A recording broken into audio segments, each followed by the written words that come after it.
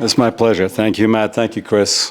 Thank you, Mike, for hosting us. And we had a little pre-chat, and I got a little sneak peek of the things we're going to talk about. I'm very excited about it, and I love that we've got physical objects we get to look at as well, and we've got some slides behind us. So do you want to start with slides, or do you want to start by going? We'll just talk. Why don't we just start a talk, and as it's applicable, I'll just go through some slides or something. I don't want to turn it into a pitch deck. So No, you're good. So why don't we just talk, and if there's something interesting that I want to point out, I'll just... You'll indicate to your colleague. That might work better. Sounds good. It was a pretty impressive image. And so what got you into rockets and space? Where did that really start for you, your career? Well, I don't know where you want to start. I don't know, from my name, I guess I'm Persian. I was born in Iran, and not to show my age, but anyway, I got very interested in space when Neil Armstrong landed on the moon, and never stopped bugging my parents to send me to America, and I really mean never stopped. Just my life was obsessed with space and America. My two dreams were to become an American and become an electrical engineer, and the greatest achievement of my life is becoming an American and being involved in space. Anyway, a revolution happened in Iran, and my dad walks in one day and says, "So you really want to go?" And I'm like, "Where?" He says, "To America." He says, "Well, look, this revolution is happening, and we're highly persecuted minority in Iran, and we're going to get you out. And we can't go, but we'll give you some money, and we'll get you out." And they put me on a plane and sent me off to Houston alone at 16, barely turning 16. And a friend of my dad was supposed to pick me up, and he did, and was supposed to be my guardian. But what he didn't tell my dad was that he was a professor who got a job in Minnesota and left. And so, look, you're a minor, don't tell anybody. Here's your high school. Here's my apartment under my name, but you'll do well. You're a 16-year-old with your own apartment. How could you not do well? Yeah, exactly. There's a whole story I could tell you about that. You were popular. I was very popular. Kids couldn't believe it. But look, I was very happy. People tell me, like, "How did you do this?" I was just happy. Will and I talked about it all the time. It's like I just couldn't believe it.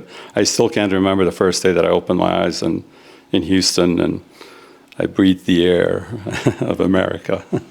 And long story short, I've lived all over. I graduated from high school in Houston. I actually went to school in North Dakota, Fargo, North Dakota State University, and wanted to work for this company that I was also fascinated with, to be involved in space. And back then, nowadays everybody can just get up and work for anybody they want to. Back then it was really hard to get a job in space or at a big company. And I made a pest out of myself to walk in every day around Princeton, New Jersey, to work for this division of what's now called Lockheed Martin, but was RCA back then, RCA Astro Electronics. And got a job there in space, building satellites. That was the beginning of, I was an electrical engineer. I started working there building satellites. I was there. Ultimately, RCA was sold to GE. GE Aerospace was sold to Martin Marietta Corporation, and Martin Marietta Corporation and Lockheed joined to become Lockheed Martin. In fact, there was this event.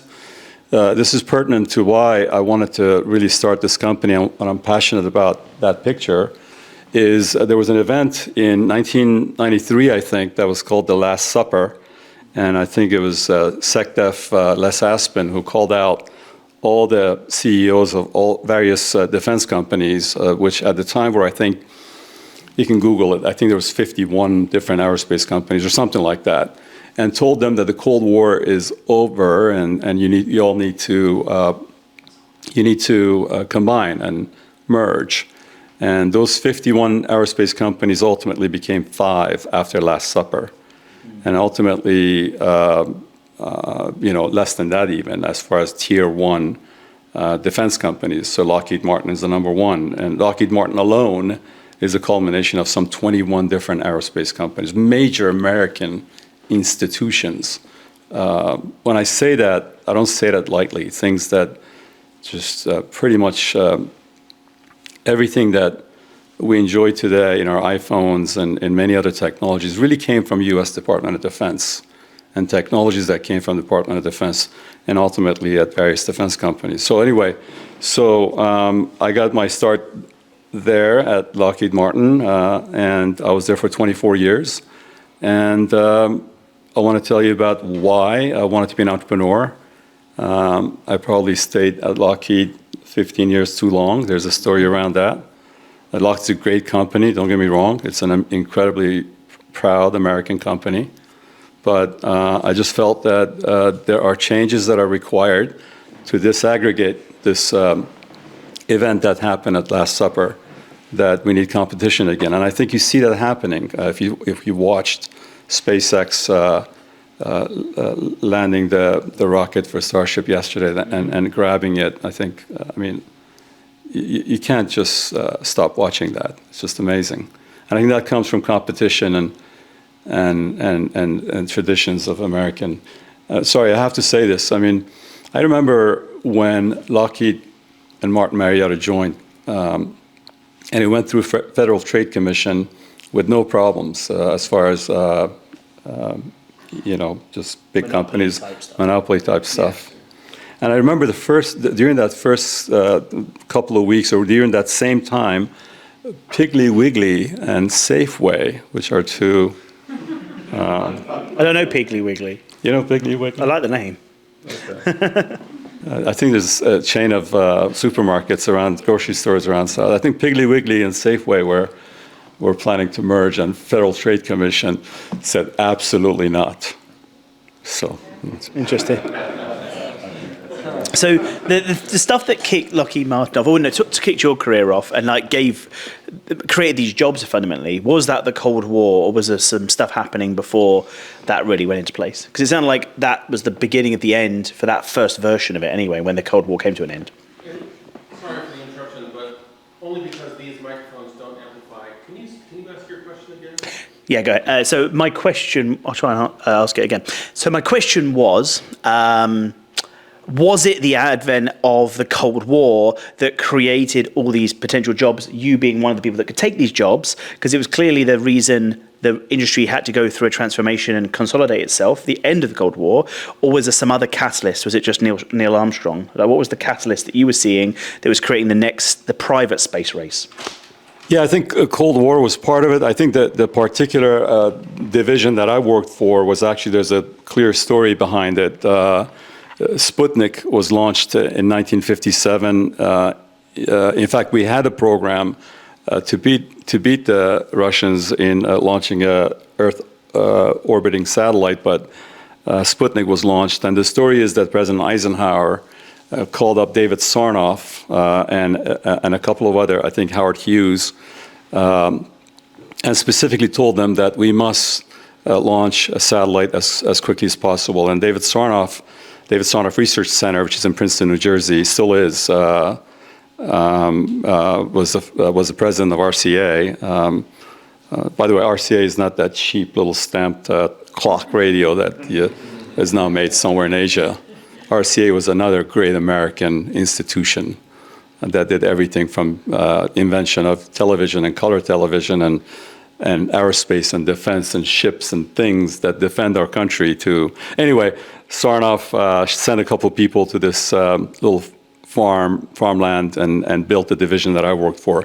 So Sputnik was actually the motivation for the division that I worked for 24 years,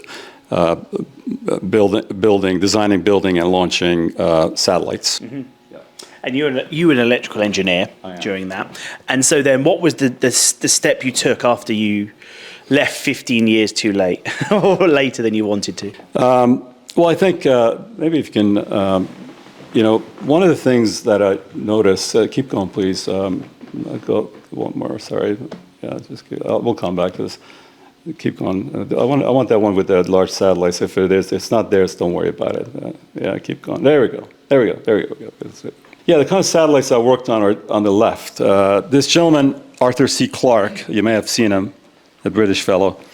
wrote this paper in 1945 that said if you place an object 22,350 miles above the equator, it will stay stationary with a reference to a place on Earth, meaning that the rotational orbit of this object is around 24 hours, which means that it stays stationary when you look up. Therefore, the satellite dishes that you all have on your roofs, if you have satellite connectivity, is really pointing to this space above the equator, which is called a geostationary arc. It's a very valuable real estate. If you place an object there, it can look at about 1/3 of the Earth. And this gentleman, Arthur C. Clarke, thought at the time that we can build spacecraft and put people in it, and that these spacecraft would provide means of telecommunication for around the world. It's very true. We did do that, except we didn't have people in them. We built these kind of satellites and put them there. And 3 of these satellites, okay, can pretty much cover 96% of the population. And how does it work? The dish that you have on your roof is really receiving a signal from a broadcast. Let's say what you see on the bottom left is the US type of a satellite. This, for all practical purposes, could be Dish Network. And Dish Network has a satellite, EchoStar Corporation, like that, parked 22,000 miles above the equator, and is broadcasting a beam. A beam is, it looks like a US map, because you don't want to spill over to Canada or Mexico, and over the ocean you're allowed to broadcast your signals that you receive from HBO and Cinemax and NBC and all these channels over the US, and everyone with a little antenna on their roof can point to it and you receive the signal. Beautiful. It's really awesome. For broadcast purposes, this was the way it was done for decades, since 1957. As I said, there was 3 companies in the US and a couple of companies close to where you were born. East Texas. No, yeah. Doing this kind of stuff. And it was incredible. These broadcast systems for satellites still exist, but the market has changed. And I noticed that for commercial, this is going to change because we all want our data with us in our cell phones and in our cars and in our EV tools of the future. A gentleman talk about mobility, advanced mobility, when you have air taxis, and then on and on. We can talk about autonomous vehicles. And then also for the military. I worked, during my 24 years at Lockheed, I worked on about 36 of these. Most of them, many of them were defense and military satellites, and a couple of Mars missions. And one thing that I noticed was that these satellites are extremely expensive. They take quite a while to design and develop, and that by the time they're in orbit, the technology that's in them, let's say it's 10 years old, the chips that are in them are 10 years old, then they're very expensive, let's say billions of dollars, sometimes $500 million to $10 billion. And by the time they're in orbit, they're designed to last 20, 30 years. So now the warfighter is using a technology that's 40 years old. 40. I mean, think about it for a minute. I like to say that my son is not happy with the iPhone, whatever the hell it is, 14 or 15, and wants the latest one.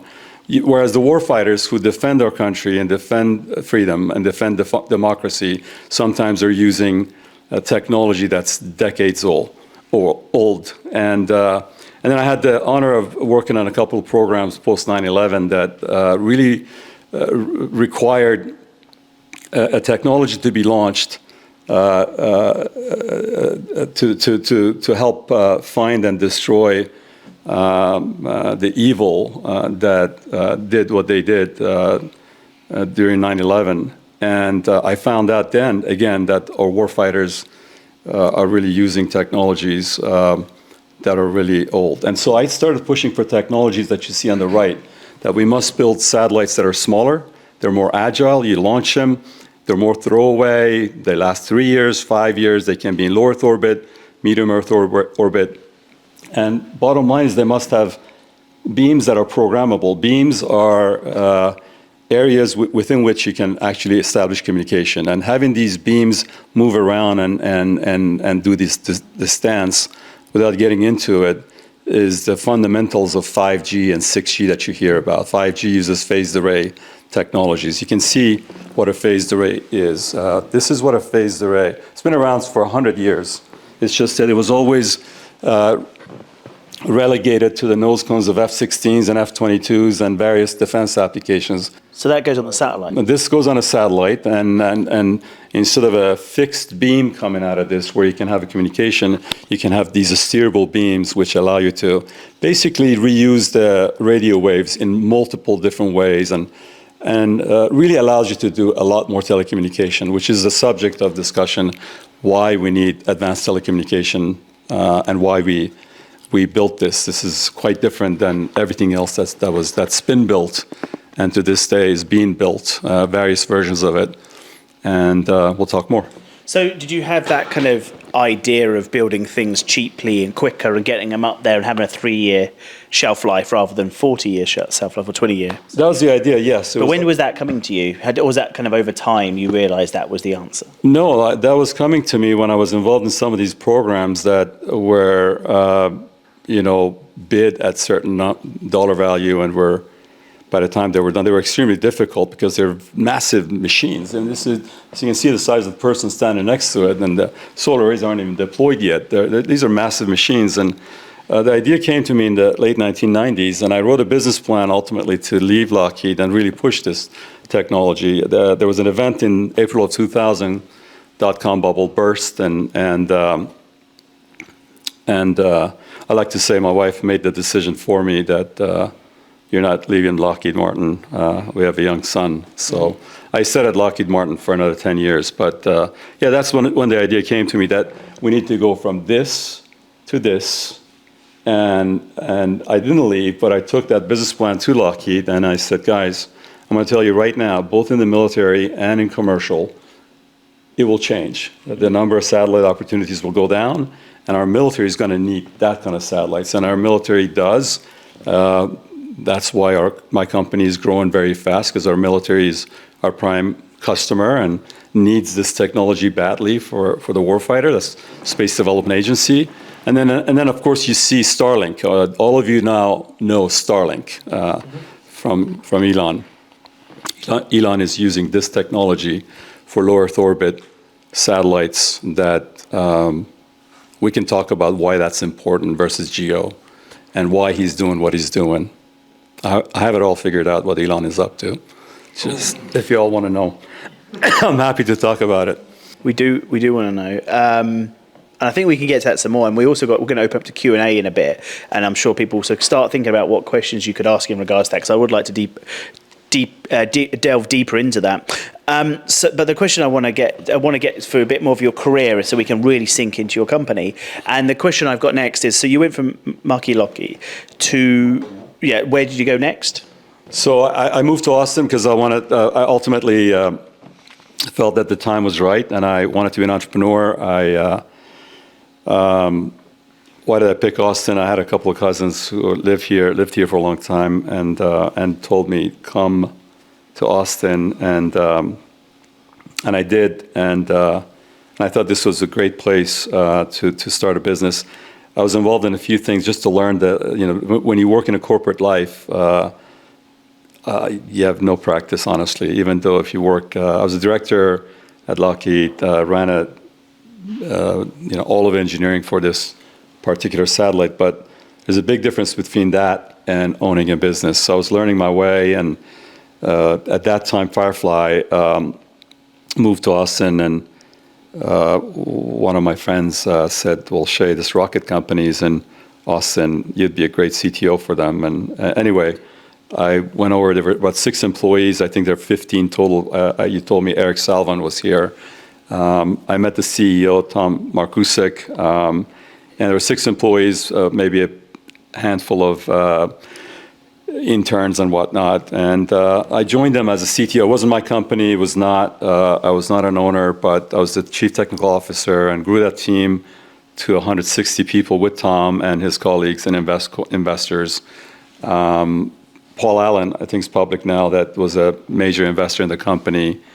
And we were designing our first rocket in Cedar Park, And it was a lot of fun, but Paul Allen got sick with cancer, unfortunately, and pulled out. And overnight, that company went under. And and then I think the story I was telling you, I was offered a job at Blue Origin to run the New Shepard rocket that you all have seen people go up and down, and for fun. And my wife was actually the first person who sat in the astronaut chair before it was even built in the astronaut capsule. And we were at the airport, and a couple of friends of mine who knew me since the 1990s about my dream said, Shey, you have a choice to work for Jeff Bezos and build these New Shepard rockets, or we can give you a little bit of seed money and you can start your company. And that was a very difficult decision, I have to tell you. It's just you take the risk of who turns down a job from Jeff Bezos and starts a company with a little bit of money. But I started my company in Austin. Someone like you sounds like you believe in the American dream and you're a patriot, for sure. And so if anyone's going to do it, it's going to be you, I think. And so when you gave that business plan to them to say, hey, we need to make smaller satellites that are more affordable, was it received well? Or was it kind of sidelined? Because I know that's what can happen in big corporates. And you're an entrepreneur, you're an internal entrepreneur at the time. So tell me a little bit about that, just to preface then why you started your company. Yeah, it was received well by one individual. It's a long story why it didn't quite take off, but it wasn't received so well, because traditional aerospace and defense is based on cost plus contracts, and you all know what that means. You sign up for something.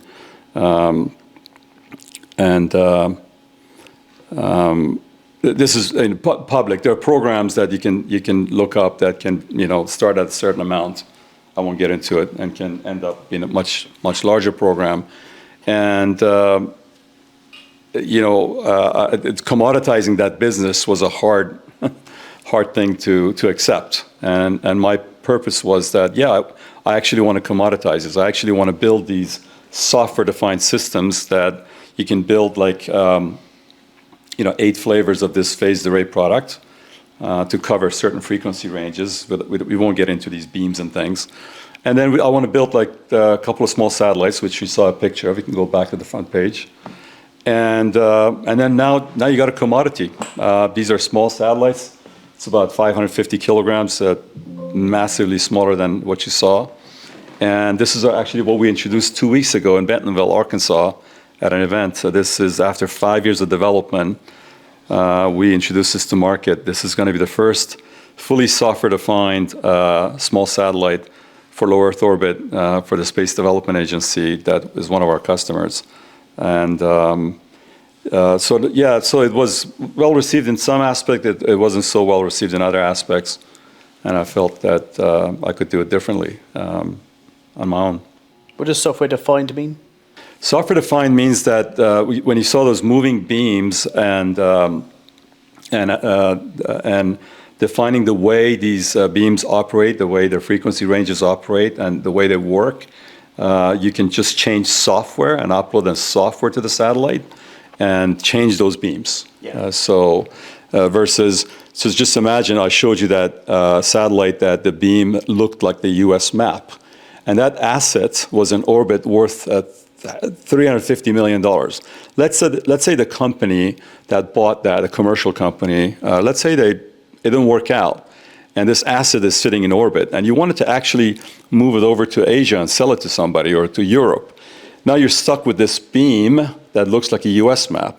And this is a true story, and you can actually move these satellites in orbit and try to serve a different part of the world. And now you're stuck with this beam that looks like a US map. You're trying to rotate the satellite to cover part of Europe, and that's one. And secondly, if you look at it for the warfighter, theaters of operations are very dynamic and moving around, and you can be jammed and you can be spoofed and all sorts of stuff. So you need technologies that dynamically move these beams and change every aspect of how these beams These beams are like a flashlight. The way your cell phones work is that right now, if you have your cell phone in your hand, there is a cell tower that is essentially illuminating us in this area, and your cell phone is also illuminating it. And these two things have to see each other. That's what we just can't see it because it's not visible light, but it is radio frequency. So these software definition means that you can move these dynamically, and that's where 5G is going.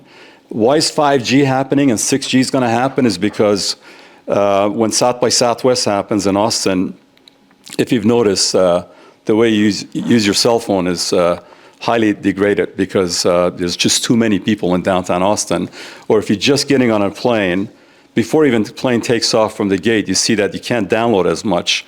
Too many of you in one area, in one beam, in one small area. Because when there's too many of you in a football stadium or too many of you in one small area, you're all sharing the same beam.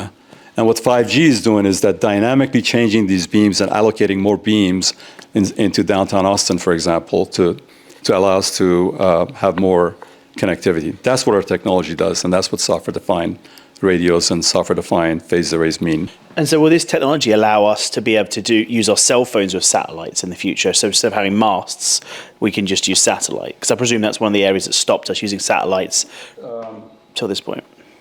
You know, although that's being advertised right now, direct-to-cell phone is a thing. Let me be clear. Satellites are one of those things that they're really good where they make sense. Satellites are not actually good for highly populated metropolitan areas. Cellular technology is actually the best thing for highly populated urban metropolitan areas.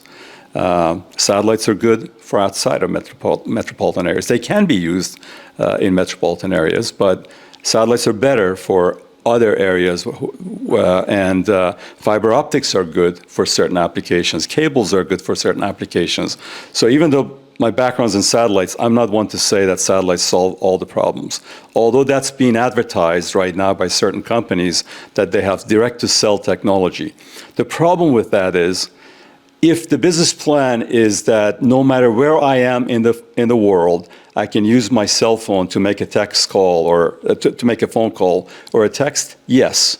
But if that's being advertised as that satellite technology is going, like Starlink, is going to replace cellular infrastructure for all of us, it's not true. It will never happen. The beam is too large and there are too many people. Even with the largest satellites like the next generation Starlink, or even some of those companies like AST Mobile, which I think their phased arrays the size of it, like a tennis court.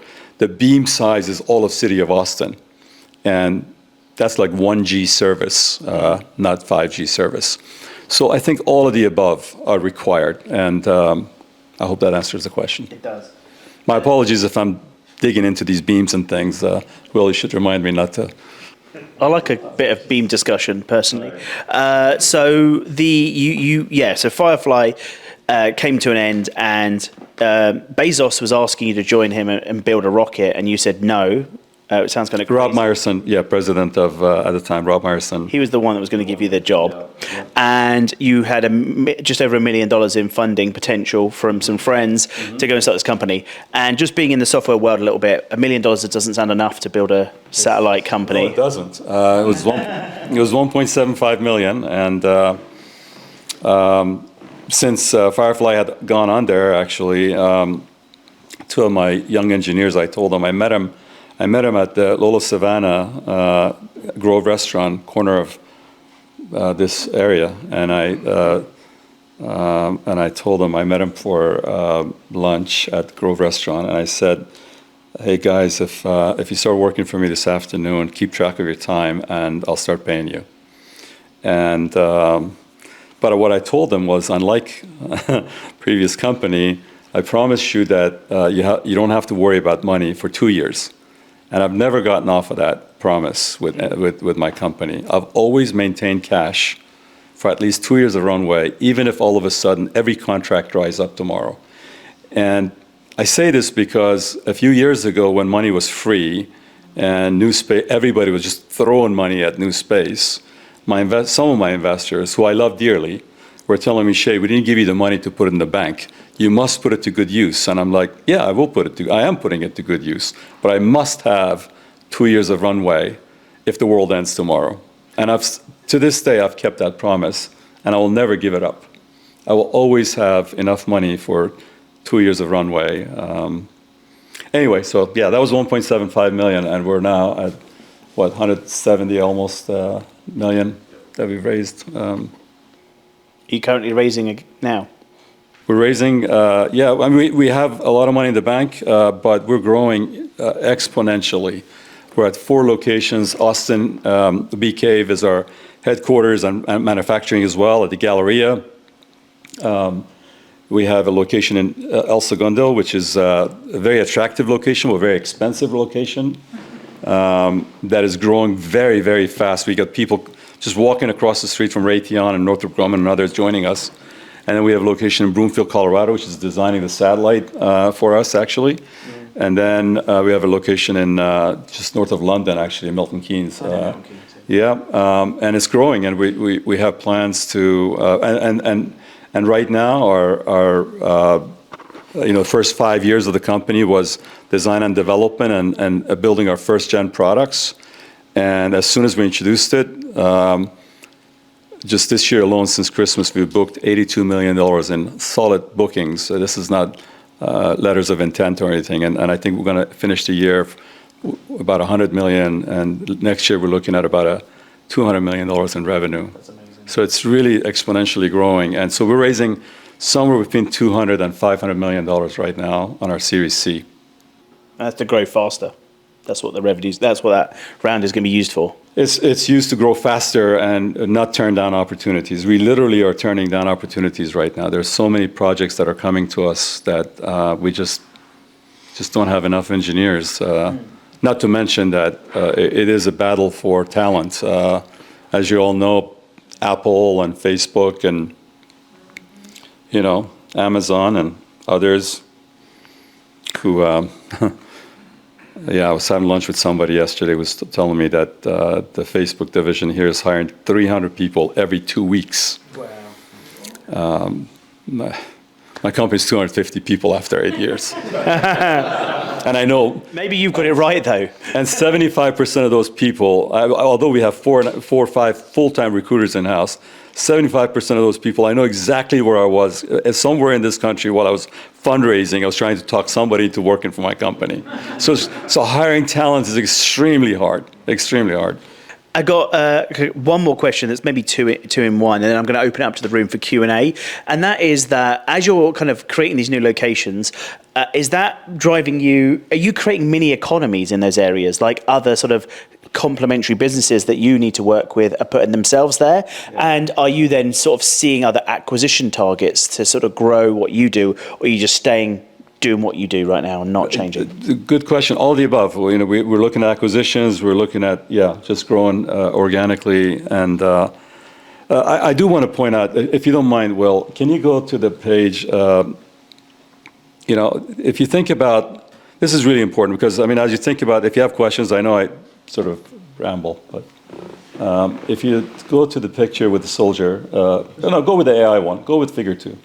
Let's use commercial applications. I want to point out why telecommunication is going through, after well over 50 years of linear expansion, it's really it really hasn't developed the way chip technologies for processing and compute and internet have. Telecommunication has been in this linear growth, whereas now required to go through this huge exponential growth. This is really important to understand why that's the case, because people ask me all the time, well, Shey, what are you talking about? I have no problems with my iPhone. I'm pretty comfortable with it. It's not true, actually. You can drive an hour and a half outside of Austin, go to Lampasas, Texas, and see what kind of connectivity you get. Mm-hmm. Furthermore, I want to point out a few things. And this goes back to why I think Elon is spending on Starlink and so on. I don't know Elon, by the way. I've met him, but I don't want to drop names like he's my best friend or anything. But I think he's figured out, obviously he's put up Starlink because he wants to make money and go to Mars. But also every Tesla vehicle generates, Tesla vehicles use camera systems. A lot of other cars use LiDAR systems and so on in combination. Every Tesla vehicle generates about a terabyte of data that needs to be uploaded to feed the neural net engine that ultimately enables autonomous vehicles, level 5 autonomy. And uploading this 1 terabyte of data from every Tesla, from every car, through 4G, LTE, and 5G systems quite expensive, not possible, takes too much bandwidth. He put a network around the Earth to actually upload the signals and so on.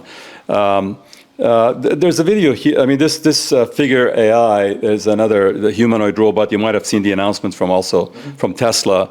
And these Figure AI robots indicate to you that, look, the guy is standing across a kitchen sink and tells the human, or the human tells the robot, I'm a little hungry, and the robot says, oh, here's an apple. Why don't you have an apple? And then the human dumps some garbage on top of the kitchen sink. Robot picks it up right away and says, oh, that doesn't belong here. It belongs in the trash can. And the advertisement goes that, well, yeah, we're going to have, as Elon said it, billions of these. Every one of us wants to have a robot that acts like a human being, can help us. What they don't tell you is the following, that for that robot to have simple interactions is very easy, no problem.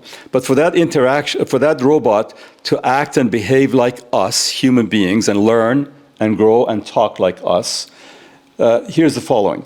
You and I are having this discussion right now, listening to each other. We could have a talk after this, and we're consuming about 90 watts of power, about 100 watts. That's one of those light bulbs, one light bulb.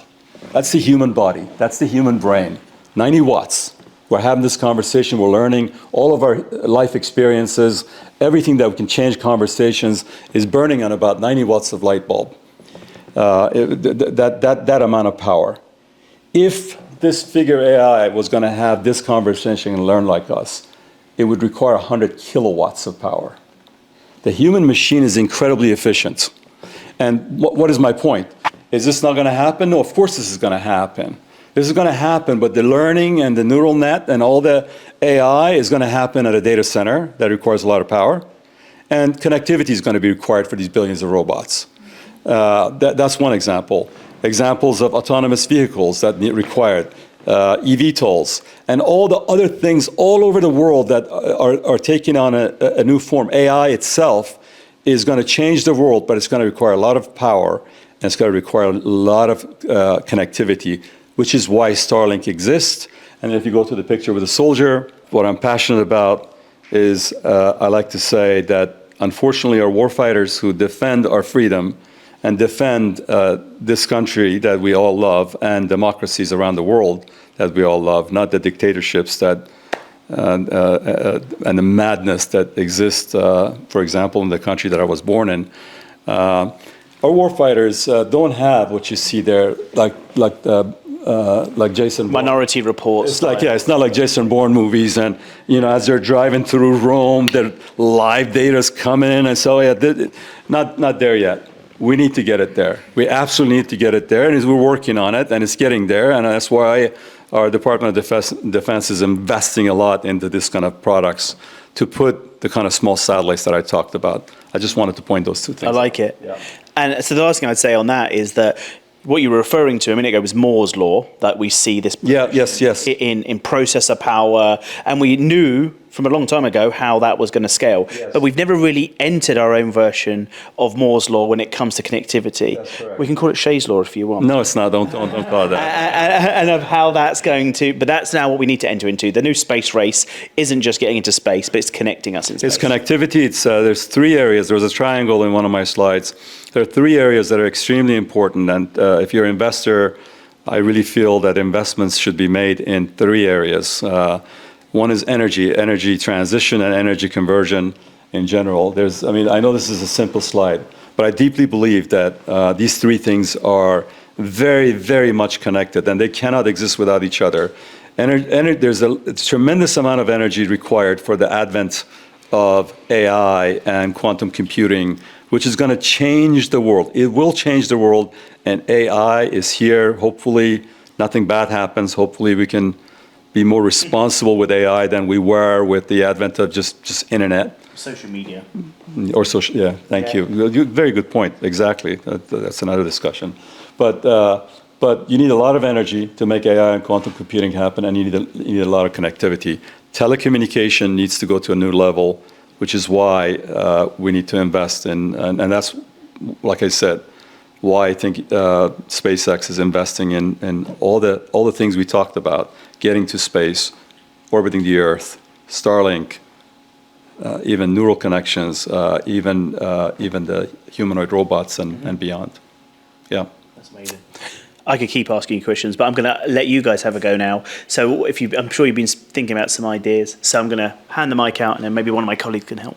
I'll speak a little louder. Shey, so as a warfighter, a U.S. service member for quite some time, really appreciate just your transparency and your passion for giving us capabilities to win. Thank you for your service. My pleasure. So my question for you is, with regards to your company, as CesiumAstro has grown, what key moments or decisions do you think were pivotal in shaping the company's direction and success? Good question. Thank you. There's quite a few. I think one thing that I feel that you can call it strategy or dumb luck or whatever you want to call it. There are a couple of things. That idea that cash is king and that you must have enough runway is really, really important for any entrepreneur that's out there. I'll just leave it at that. I mean, the idea that 6 months of runway is enough is absurd. But I think what worked for us is that I wanted to build that satellite. That was the ultimate goal. That's what we just released 2 weeks ago, literally 2 weeks ago. But I thought that not everybody is Elon and not everybody is Jeff Bezos and not everybody can raise a couple of $1 billion. It's extremely difficult. Will is my colleague here who lives it. He's been with me for 5.5 years and lives it with me and actually does all the hard work. I just take the credit by sitting up here. But it's really hard to raise money. And my point is that I didn't start the company by saying I'm going to build this software-defined satellite. I started the company and I have the drawing in my office that I want to build a phased array. I know I can build it better. I know it's a product that I can sell. Nobody else has it. You couldn't go to Lockheed Martin, even though Lockheed Martin and Raytheon have phased array technologies, but you couldn't actually go and buy a phased array that you could sell to a eVTOL company or to a person, to a bunch of startups. There would be this behemoth $200 million things. We wanted to build a software-defined, you can hook up your laptop, actually program this, and sell it. So I started the company by building phased arrays and products that I could sell, make money, minimize the cash burn of our VC money, and be successful, and then take the logical step, perhaps, of moving vertical so that we can now win larger programs. That's really, really important. I have met CEOs in this sort of new space movement, or whatever you want to call it, that they wanted to build the rocket, which is hard enough, but before they even got the first rocket up, they wanted to build a satellite. Didn't do that either. And before they even got the satellite, they wanted to build a payload and everything else. It's really hard to do all of the above. I think focus on one thing, make money. I'm glad that I threw some numbers at you, but we've spent about $90 million worth of VC money in 8 years, but we have generated $140 million worth of revenue and bookings. I think being methodical and disciplined with cash burn is key to success. Mm-hmm. Thank you. And there's a military term to that, choose your beachhead. Choose your beach, yeah. So thank you. My dad's a Marine. My son is an Army vet. He just graduated or became a veteran. He was in combat intelligence, so he was heavily involved in any sort of, probably some things that you might have been involved in. My question is, because I come from commercial real estate, so you had the triangle of connectivity, information, and energy, right? Which, we have a very high play in. What I think is missing there, and I wanted you to talk about, was cybersecurity, because that is in any sort of digital infrastructure and anything that plays in today as far as data center goes, or any commercial real estate owner is thinking about today, is how do we secure the data that we have? How are you addressing that kind of need, and what do you see like going forward as far as, how do we address those things, especially in the advent of AI, because AI is probably the worst hacker out there. And quantum so computing, you need yeah. to kind of figure that stuff out. Anyway, that's my question. Yeah, it's a great question. It's actually a very live subject for us. I can't get into, but it's really important from day one of our company. Companies like ours, especially, or any company, any technology company, we've been working with FBI, local FBI agents, as well as DoD, to really secure our facilities, secure our IP, secure our systems, and that threat continues to exponentially go up. So cybersecurity is extremely important, and there are methods and systems that we can put in place. But to your point, the threat is very real. It's there, and it's getting much, much worse. I cannot tell you how bad it's. I mean, you all know how bad phishing is getting. I mean, I'm sitting across the table from one of my investors at a conference in California, and he gets a text from Shey. It says, "Hey, Thomas. I know you're at such and such conference, but I just wanted a quick call." He says, "Shey, did you just text me?" I'm like, "No." And we were subleasing from TrueCar our building in Bee Cave, and I can't even tell you how scary that was, how much they knew what's happening in our company and were subleasing it, what kind of documents they were sending to my CFO on my behalf. It wasn't me. And that's all I can say.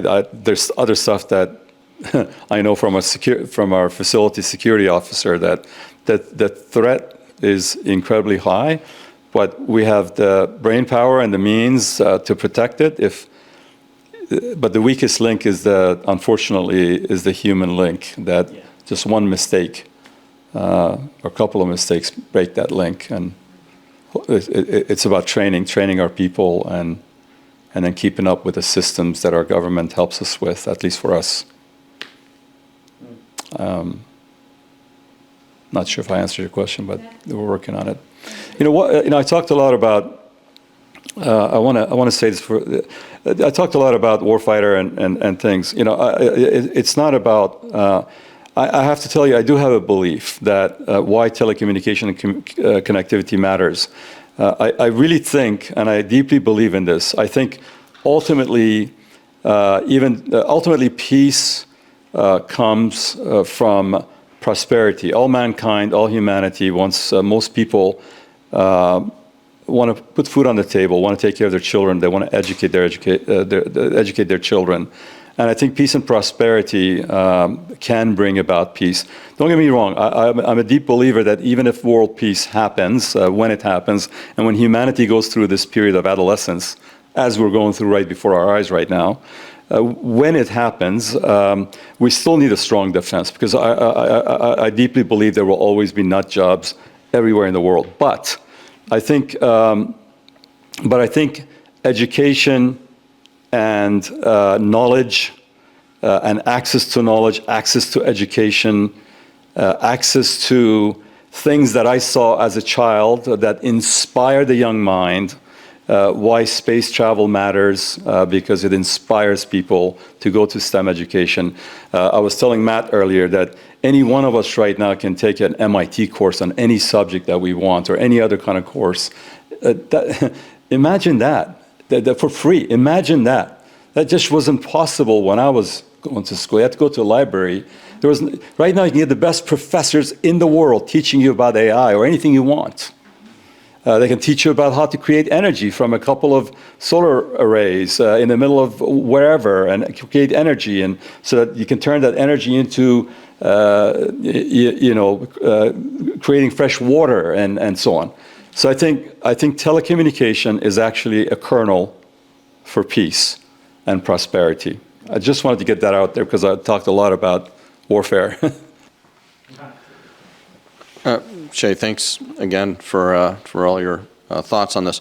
So we just witnessed this incredible capture of a booster by SpaceX. That is a harbinger of what a commercial enterprise can do in the space industry. What you're doing is a harbinger of what commercial companies can do. there's a connectivity, right? There's, Elon didn't do it without some funding from NASA.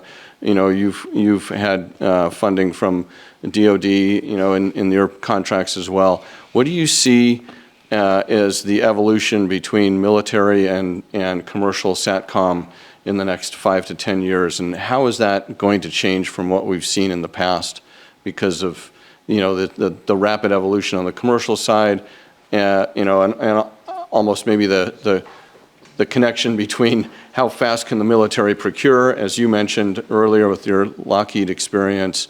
The technology evolves faster than the procurement process can even keep up with it. What do you see happening in the next 5 to 10 years in that sort of integration between military and commercial SATCOM? Yeah, I mean, you see it from what Space Development Agency is doing. It's public. You can Google it. Just look up what SDA, Space Development Agency, is doing in procurement of technology. My hat's off to them. It's not because they are our biggest customer. It is because truly I believe in what they're doing. They have changed the defense acquisition strategy, and it's all about meeting your schedule, meeting your commitment, and meeting your firm fixed price cost. You told me you're going to sell this widget right there. Those 3 boxes actually, we bid the numbers that I told you. We bid those kind of boxes and but bunch more. But they're firm fixed price and they have a schedule. You meet it or you're out. And I admire them for it. I mean, my challenge is to make sure that when we make a promise, we deliver it. And that's what's going to happen. I think what we're going to be able to do with SDA, and then hopefully it goes on to every other arm of the government acquisition, DoD acquisition, it's going to allow us to have technology faster, both for commercial and government use. As I said, many commercial technologies actually find their roots in DoD investment, because actually DoD is willing to take some risks in companies like mine. I mean, I wouldn't be here without our government investing in companies. So I think that's what you're going to see. And in fact, that's the story of SpaceX. Take a look at how SpaceX became SpaceX. I think you've seen the 60-minute interview with Elon and the NASA funding that took him to the next level. Of course, I don't take anything away from the amazing workforce and human beings that have created that, but for our government and investing in technologies from startups like ours and companies like that is the next phase. In other words, what I'm trying to say is that some of that Last Supper is going to be disaggregated, I think. Is that sort of traditional space just dead? No. That it can keep up? No, I don't think. I mean, traditional space. That's why I hate the word new space. I really don't like it because that's sort of, in my opinion, demeans maybe Lockheed Martin or North. I think those companies are incredible companies. I really do.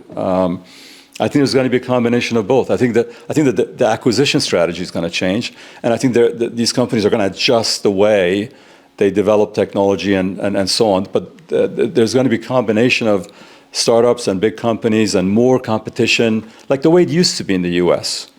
We went to the moon with, I don't know how many, but at least 50 different more, if you just count the big companies. But I mean, there's like thousands of companies were involved putting a man on the moon. And I really think that's incredibly healthy. That's why I initially brought up the Piggly Wiggly example.